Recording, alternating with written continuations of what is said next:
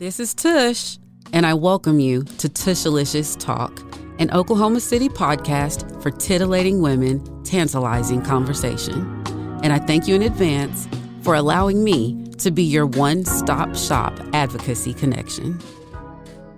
Hello again. Hey. This is Jackie again, and I'm doing Tushalicious Talk. My nickname is Tush, and I'm also the League of Women Voters of Oklahoma County co-president. And the other co-president is over here. She is May Landwer, and she's also a school counselor. So interested in her perspective on today's topic. And then again, we have lovely Stephanie Henson, who is the League of Women Voters of Oklahoma State vice president. And so what we are talking about today is education mainly. But before we get into it, we'll go ahead and I'll let Stephanie do another quick introduction again, as always, and then for May to kind of tell you guys what her credentials are. Yeah, thanks. I'm Stephanie Henson. I do have, since we're talking education today, I am a former school teacher as well and have had the opportunity to teach in both the United States and Canada. I taught at private school in Canada at both, and there, because I was at a private school, I was able to teach all grades. I sort of had the opportunity to work with a lot of different ages. And then here in the States, I taught both speech and theater education at the high school level, and I also taught English language arts at the high school level as well. And of course, brought up 2 kids through the public schools here in Oklahoma. And I am so grateful and appreciative to all of their teachers and all the folks who are still out there and teaching and love our good educators. Good. Well, I'm May Landwer. I'm the other co-president of the League of Women Voters of Oklahoma County, and I'm currently an instructional coach. So I kind of teach the teachers how to teach, which is important right now where we have so many emergency certified teachers who never got to do student teaching or go through, the teacher training in college. And I've taught for both public and private school, kind of the same situation as Stephanie, where at private school, I was able to teach multiple grade levels. So I've done a little bit of everything from 3rd grade up to high school. Spent most of my years teaching in the classroom at the 5th grade, 6th grade, 7th grade level, and taught all subjects, but mostly language arts. And we even had the opportunity to be at the same, we've done a little teaching in one of the same schools. That's right. Which was one of our connections. Yes. Mm-hmm. So, critical race theory is a big thing right now. And House Bill 1775 is already law. But going into this legislative season, we have Senate Bill 348. And I am going to go ahead and just read it out loud. It's only 2 pages. So it's not too horrible, but I would like to get both of your opinion on this bill and your personal opinion, and then also as a teacher, what your opinion on it is, because I hear a lot of teachers saying that they feel like the House Bill 1775 restricts them, and this one is going to restrict them. And then also they feel like it's a reason why we don't have very many teachers in Oklahoma, why everybody is leaving. So what the impact of it will be. So it says, being enacted by the people of the state of Oklahoma, Section 1, new law, a new section of law to be codified in Oklahoma statutes as section blah, blah, blah, unless there is created a duplication in numbering, reads as follows. As used in this section, race or sex stereotyping means ascribing character traits, values, moral or ethical codes, privileges, status, or beliefs to a race or sex, or to an individual because of his or her race or sex. And race or sex scapegoating means assigning fault, blame, or bias to a race or sex, or to an individual because of his or her race or sex.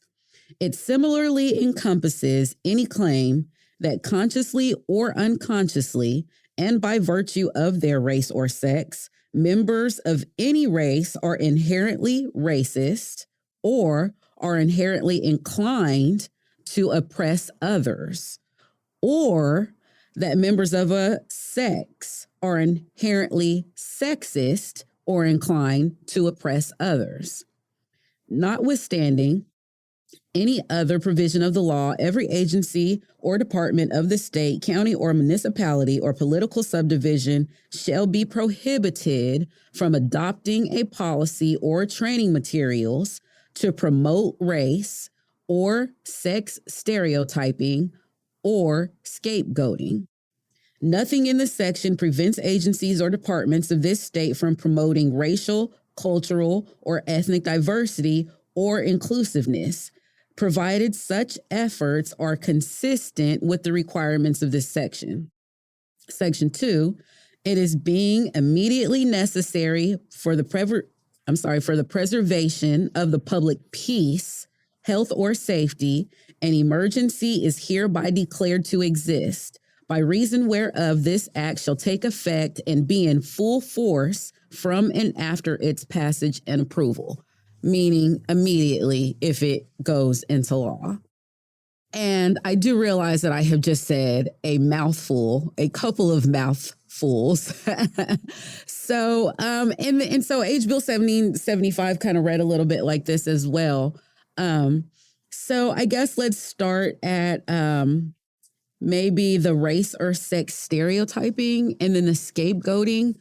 How does that affect teaching history or even teaching civics or teaching period in Oklahoma?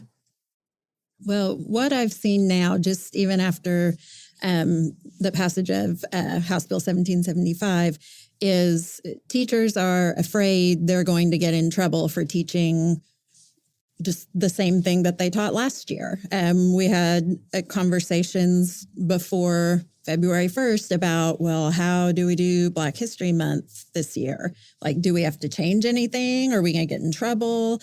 So it is definitely on teachers' minds. And when you said that could be one of the reasons that we are losing teachers, I can tell you is definitely a reason. It's just one more thing added to their plates and one more thing that they have to worry about.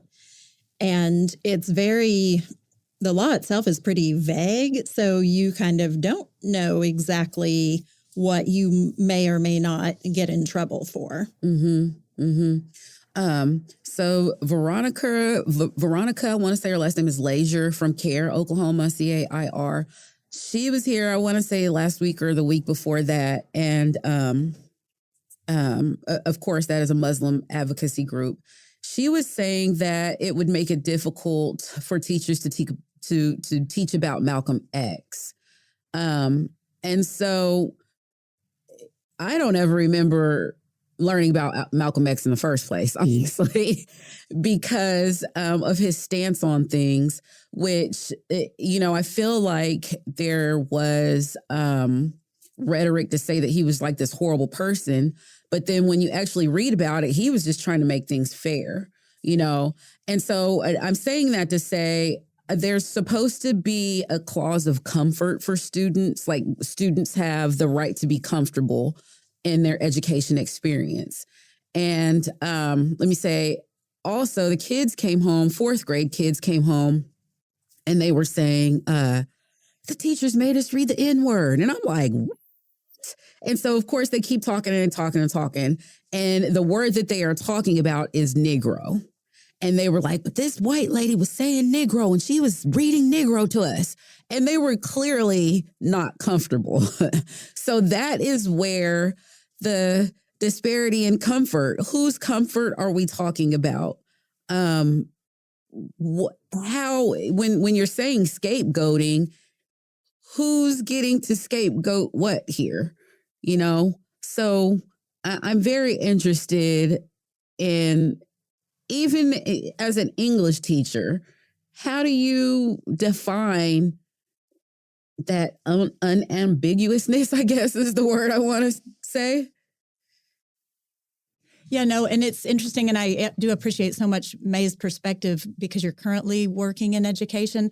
It was enough years ago that I taught English, and we did have books that included the N-word. And I find myself thinking it was such a different era. It was a sense, when I taught at Westmore High School in the English classroom, part of our curriculum was To Kill a Mockingbird, for example. Mm-hmm. And, Atticus Finch says in that book, the lesson in To Kill a Mockingbird regarding the N-word is when Scout uses the word and Atticus says, we don't use that word, Scout. That's common. And so when you read that book, you reflect on what had been the norm in Alabama in the 1930s is no longer the norm. We don't use that word. So it's a strong, but here was what was interesting, because I do remember a student who came to me and didn't want to read the book, and that's okay too. You didn't have to. They had alternative curriculums. You could read a different book.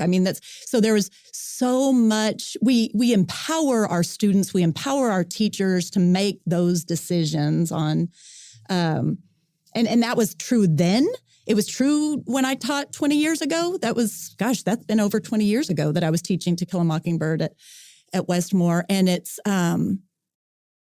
lovely to feel empowered as a teacher. It's lovely to feel empowered as a learner and as a student, and to realize if I don't feel comfortable, I can read a different book. It was interesting. I remember she chose to go ahead and read the book with it. Like, it was an interesting conversation. I think once she realized that we were taking her seriously too, you don't have to read this book. And so I don't know. I just feel like it is a different era. And that's why I appreciate May's perspective, because that was not something that we didn't feel restricted in that way with. Yeah. 20 years ago, we didn't. Right. And even saying that it's a different era, I was thinking they were talking about the hard R on the end. And then I'm like, listen, tell me what word. And they were like, well, it's Negro. And I'm like, but they were still just extremely uncomfortable with it. So how do we teach historical facts and also not or abide by House Bill 1775? I think that is the end that we're trying to get to.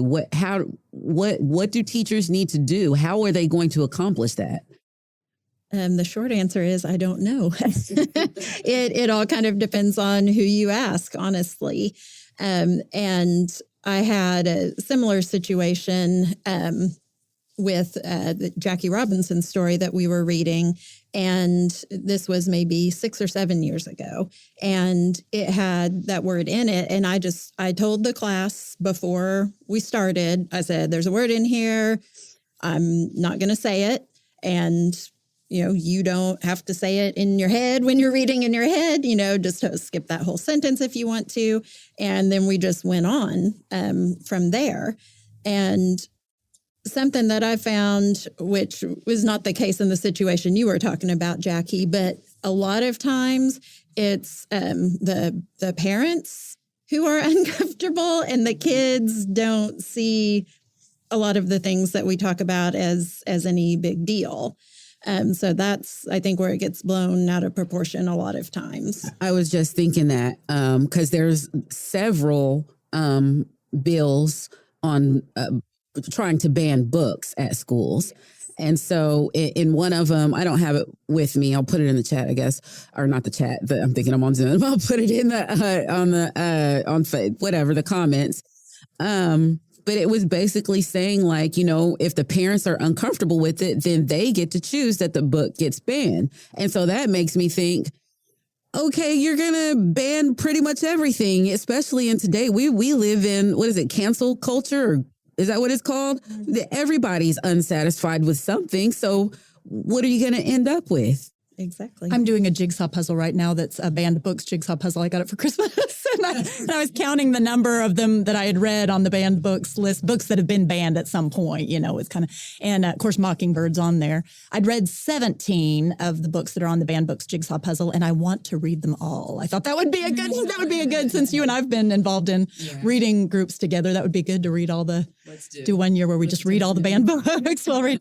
I found myself remembering, and this wasn't on the banned books jigsaw puzzle, but also teaching Fahrenheit 451. Did you ever have to teach that, May? Yes. And do you remember the part in that book where, I mean, it's sad because it's a dystopian novel, and it's a novel in which books were being burned. And so that's Fahrenheit 451 is the temperature that a book will burn at Fahrenheit 451. And there's a whole part in that story of individuals who memorized entire books so that the messages and those stories would continue to resonate even when the oppressive dystopian government was keeping people down. It is a story of the indomitable spirit. And so many of these books are books and stories of indomitable spirits that can't be kept down. And Fahrenheit 451, what a genius book, but how beautiful the idea of people. And I remember because I feel like I first read that book, Fahrenheit 451, when I was in college. So again, this was late 80s, early 90s. And I was talking to a friend who taught at OU. He taught social and philosophy of education. Sociology and philosophy of education is what he taught. He's a John Dewey scholar. And it's the John Dewey, which, by the way, in Mockingbird 2, they say, she always talks about, they taught the Dewey Decimal System. I think she was talking about the golden age of John Dewey educators. And we came up, I think, through that era in which we felt so empowered as kids of the 70s when education and difficult discussions and difficult ideas were being had. That was empowering as a student to know that, hey, we can disagree. This is, I think, why I'm a member of the League right now, because it's the idea that we can disagree and make one another better. It's like that sharpening the saw idea. That's what I want to happen in our classrooms. The same thing that goes on, the kinds of discussions we have with the League of Women Voters. We sharpen one another by disagreeing with one another. It empowers us. Right. And it's that indomitable spirit that happens in a lot of these books. Interestingly, I think it's the idea of the indomitable spirit that shines over and over again. So I don't really know why we want to ban that, but I don't know why we want to ban the indomitable spirit. Yeah, very cliche is, experience is the best teacher. But when you look into experience as the best teacher, the reason that it's the best teacher is because of failure. And if you don't fail, then you don't learn more and more things that you need in order to success. Before success comes a ton of failure. So in relating that to a conversation, uncomfortableness is the failure. It's the failure of whatever is the failure that we did of things that we did not learn. It's not that we're an actual failure as a human being. It's just that I don't know what you've been through. You don't know what she's been through, so forth and so on. And that kind of makes uncomfort a prerequisite for growth, I would even say. Yeah, that is how we grow. And when you talk about feeling empowered, how unempowering would it feel to have adults tell you as a student, you're too fragile to discuss this topic. You can't handle this conversation that happens in this book. Yeah. Without flying off the handle. Yeah. And how do we, a lot of times the political, not even just the political, but adult conversations, people don't know how to disagree and they yell at each other and there's no absolute communication. There's no one trying to understand what the other person is going through. If we're about to raise a generation that is not going to have a simple discussion at school and learn how to disagree, look at how divisive the political climate already is. What is the end game going to be in 40 years? What is the result going to look like? There's this whole push for the DEI push, diversity, education, and inclusiveness. Equity and inclusion. If we're pushing for this, it's almost like these bans and even the book bans and the critical race theory. And not even only that, I even remember reading the thing about the drag queen story hour, you're going to get a felony if you do a drag queen story hour. Listen, you don't have to like transgender people, and you definitely don't have to buy a ticket to the drag queen story hour. But why in the world would you charge them with a felony because you don't like what they're doing? That is atrocious. But anyways, my point is, if we are making those things a felony and we're saying that, no, we can't talk about these things in school, what seriously is the world going to look like in about 40 years? A world full of people who can't hold discussions with each other? It's already difficult enough. Right. So, anywho, I had sent these ladies an op-ed that I ran across. Let me see if I can find who wrote it. It was in the Oklahoman. Let me see. I'm sorry. It's a guest columnist. I can't find her name right now, but it says the way to cut Oklahoma abortion rates is to boost education and health spending. And I just thought that it was very relevant because, of course, we have the ban on abortion right now. In Oklahoma, unfortunately, we have all these horrible statistics. We're number 48 in education. We're number 1 in domestic violence. We're number 1 in adverse childhood experience. I know for Black women, we are number 1, I believe, actually in the world for pregnancy mortality rates. I mean, I could probably keep going. We're number 1 in incarceration for women. We're number 2 for men. We might be number 3 for men right now.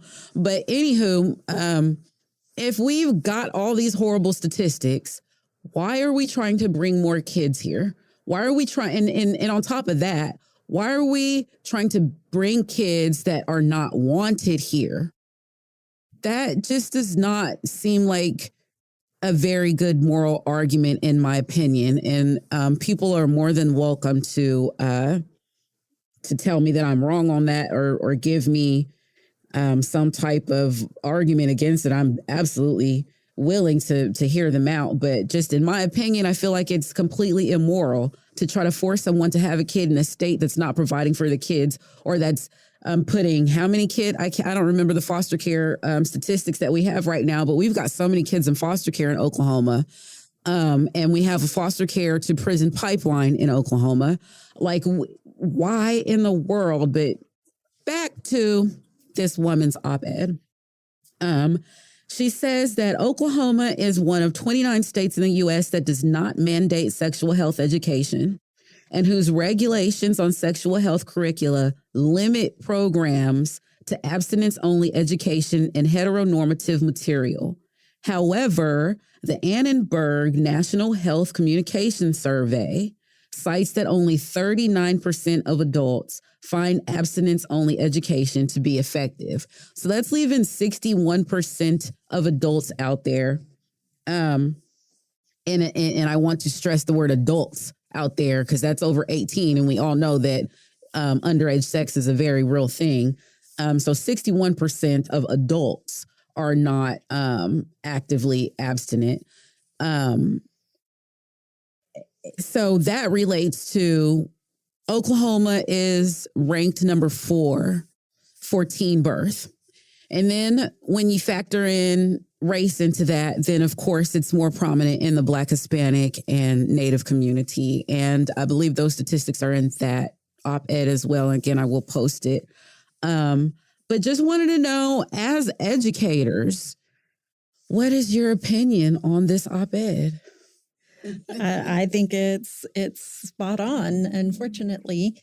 And sex ed shouldn't be a taboo thing. I mean, they're talking about our bodies. You have to know your own body. I mean, that's part of your health. And when we are also low in healthcare, it's even more important for people to know how their bodies work and what to look for if something is wrong. I mean, it's just basic. It's just basic health. You know, it's not It's not anything immoral or trying to lead these kids down a certain path. It's just for them to know about their own bodies. And yeah, it would be nice to say, oh, well, parents should do that. And I agree, parents should, but let's be real. A lot of parents don't. A lot of parents are uncomfortable talking about it because their parents were uncomfortable talking to them about it, and they don't know how to talk to their kids about it. And that's not to shame anyone, that's nobody's fault, but it still has to be talked about. Teenagers are having sex. Preteens are having sex. I've worked in several middle schools, and if you don't think 11-year-olds are having sex, I'm here to tell you, yes, you are mistaken. Mm-hmm. You are mistaken. Mm-hmm. And they've got to be able to learn about their own bodies, just even from a health perspective, if nothing else. So do you know what sex ed looks like at the schools that you have taught? And even you, Stephanie, even here, or do you know the difference between the United States and Canada, or even not just the United States, Oklahoma, and whatever school you were at in Canada, what the sex ed education talk looks like? I don't remember the sex education program in the school in Canada. I was in the theater program, and so I don't remember. But I do, when you talk historically, however, even in Oklahoma and the differences in policies in Oklahoma over the years, I want to honor for just a little bit in this conversation my grandmother, because she was born in rural Oklahoma in 1926. And again, you know how I said, I feel like I came of age in this golden age in which people, I kind of the Donahue age, you know what I mean? Like, thanks to Donahue and podcasts and just information being afforded us, we were talking more about sex ed for sure when I was growing up, I think, than what my grandmother had. She, it was before Roe v. Wade. It was before, her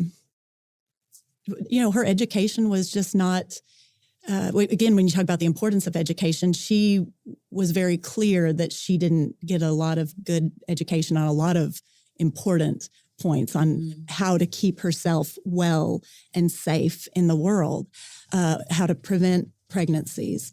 And she was a mother at 17. My grandmother was a mother at 17, and she didn't feel comfortable talking to her own children even about sex education, like you were saying. But by the time that I came back to Oklahoma to go to college, I had the opportunity to live with my grandmother. So when we start talking about sharing stories with one another and the importance of storytelling, Grandmommy told me about what it looked like in this dark age of not good education, not good sex education, which I worry again that we're kind of coming back to. Again, if you read Robert Putnam, we had these really great educational, historically, we had better education at a certain time. And now in Oklahoma, when you've got abstinence only in education. But anyway, Grandmommy said, and I'm going to reference Caitlin Flanagan. She's a journalist. I don't know if she writes, I can't remember if it's the Atlantic or the Washington Post, but I've been listening to her discussions. And what really chilled me was that she told me something I'd heard my grandmother say to me about how misinformed she was. In other words, people seek education information on how to stay safe, especially if they're becoming sexually active. And she said the misinformation was so bad back in the day. And one of the things that Caitlin Flanagan says that underscores what my grandmommy taught me was we didn't know, but people tried to figure out, again, because they wanted to be safe. And Grandmommy said, we tried so many things. She was a young married woman even, to try to prevent pregnancy. And we thought that douching, for example, was a way to prevent pregnancy after we'd had sex. Caitlin Flanagan talks about the number of women who found themselves hospitalized after douching with Lysol. And she actually says that if you go back and look at certain Lysol ads, she said, I didn't even believe this originally. Now, my grandmommy never said Lysol, but she did say douching.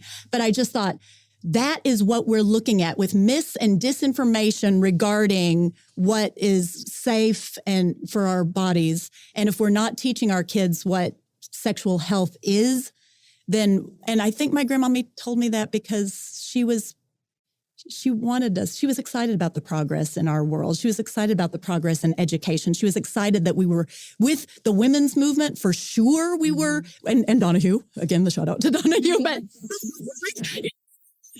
we were And I think it's thanks to Donahue that she felt like she could tell me that story. And I want to tell that story. It's a personal story from my family, and it stuck with me. You know, it stuck with me about the importance of education. And I think she was proud of me because I was becoming an educator. You know, I lived with her during those years that I was learning the importance of education, and she wanted me to know how noble the role of educator is, because it prevents, when we teach our children better, they'll do better. Right. We'll have better sexual health. Mm-hmm. You know better, you do better. Yes, when you know better, you do better. Maya Angelou and Lee Rowland, shout out to both of them. You know what I mean? Yeah, when you know better, you do better. So thank you to all the educators who are sharing the importance of sexual health and well-being. Yeah, well, and that's an important point, because whereas there was a lot of lack of information at that time, I think there's almost too much information now, because if you go on the internet and you go to WebMD, you have all kinds of things wrong with you by the time you're done, you know, going down that rabbit hole. And so, yeah, kids can look things up on the internet, but we have no idea if it's accurate or not, and they have no idea if it's accurate or not. And so there still needs to be that balance in the middle, like you were saying, you know, just a few years ago, where we don't have no information at all, but we also don't have all this random false information floating around out there. And the kids don't know the difference. That's why we need the good educators. Yeah, we need the good educators who can really, you know. Yep. And you've also got the aspect of kids that are afraid to talk to their parents about sex, but they still need somebody. They need to know that there is someone that they can talk to and give their questions to, that is not going to judge them about whatever they're going through, about what, you know, of course we want to try to guide them to wait. But if they've made a decision in their head, we want to be able to give them the most accurate information. One thing that I tell my daughters is I feel like there is not enough emphasis put on how deadly pregnancy can be, especially for a Black woman. Again, I just said a minute ago, I please, you can Google this, but I'm like 100% sure that I'm right, that Black women in Oklahoma have the highest death rate in pregnancy in the world. I'm pretty sure I'm right on that. And so when we think about pregnancy, a lot of times it's all this, oh, it's so sweet type of, oh, I can't wait to be pregnant and have this baby bump and the joys of being pregnant and so forth and so on. No, pregnancy can be a very horrible thing. And postpartum too. I was seeing in the news the story of postpartum psychosis, and it's a very big discussion to talk about. Pregnancy, childbirth, and the effects. Yeah. And to try to force that on someone by banning abortions. I mean, I don't think that a lot of people realize the actual impact that it's having in Oklahoma. But so that kind of steering back towards the teacher conversation, I'm not really advocating for the abortion either way here. I'm more so saying, what are we going to do as constituents in Oklahoma, as citizens in Oklahoma, as concerned Oklahomans, period, to make things better for the next generation? How do we advocate this season? And I want to hear from the teachers. And so I created this survey for teachers. I do love hearing from the parents, do love hearing from the students, but the teachers are the ones that are like dead smack in the middle. And so I want to know, going into this legislative season, what they want us to advocate for. And so there's this guy, John Thompson. He was a teacher at John Marshall, and then he's a national writer as well. He wrote an op-ed for us. It's on our website, which is www.lwvokc.org. And this teacher survey on there, it will take all of 2 minutes to fill out. I'm basically just asking, what grade do you teach? It is anonymous. I'm not asking your name. I'm not asking your email address. I'm not asking where you teach at or any of those things. I just want to know, what do you as a teacher feel like we should be advocating for this legislative season? And I just kind of want to hear your guys' opinion on, the November elections. There's so many people have went back and forth. I believe that, and I haven't had time to look this up, but we have the stance from National League of Women Voters as far as vouchers goes. Just anything that you guys want to say right now, that is what I want to hear. Yeah, that's what we were talking about earlier. The idea that the League of Women Voters has always taken the stance that strong public education, strong schools in which we're educating all students, and there's lots of equity. Strong public education leads to good democracy, good citizen engagement. And I was telling you, my friend who taught I keep saying that wrong, sociology and philosophy of education at OU, he had done his dissertation on that idea of good citizenship, like moral. He teaches a lot moral education and providing and making for good citizens.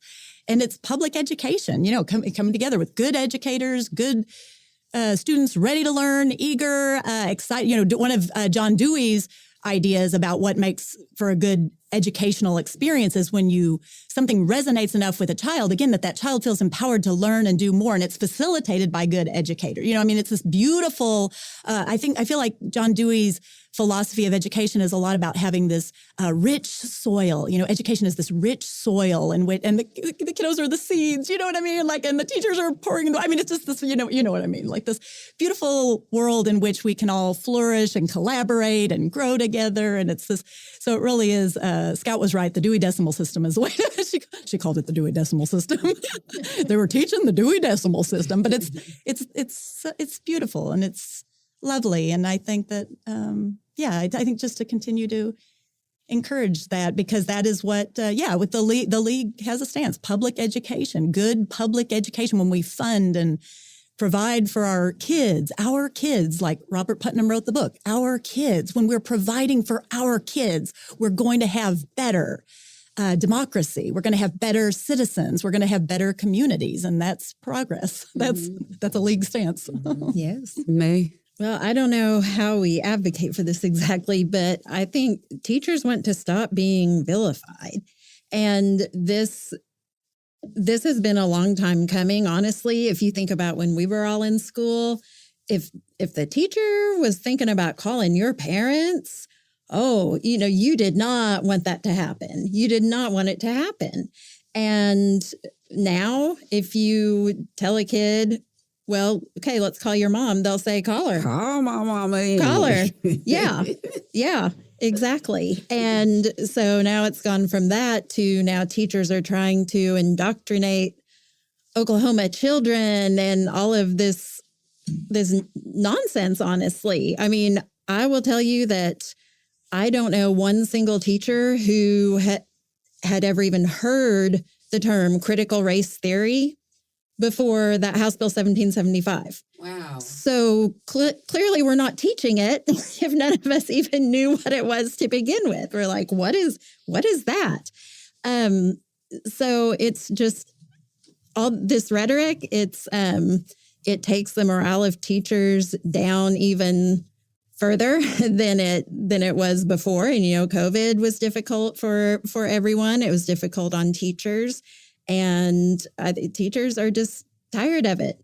The teachers that I have worked with in every single school I've ever been at, all they're trying to do is educate children so that they have good enough reading and math skills that they can at least survive in the world. If not, go on to college. And, it's just, we want, like you said, our kids.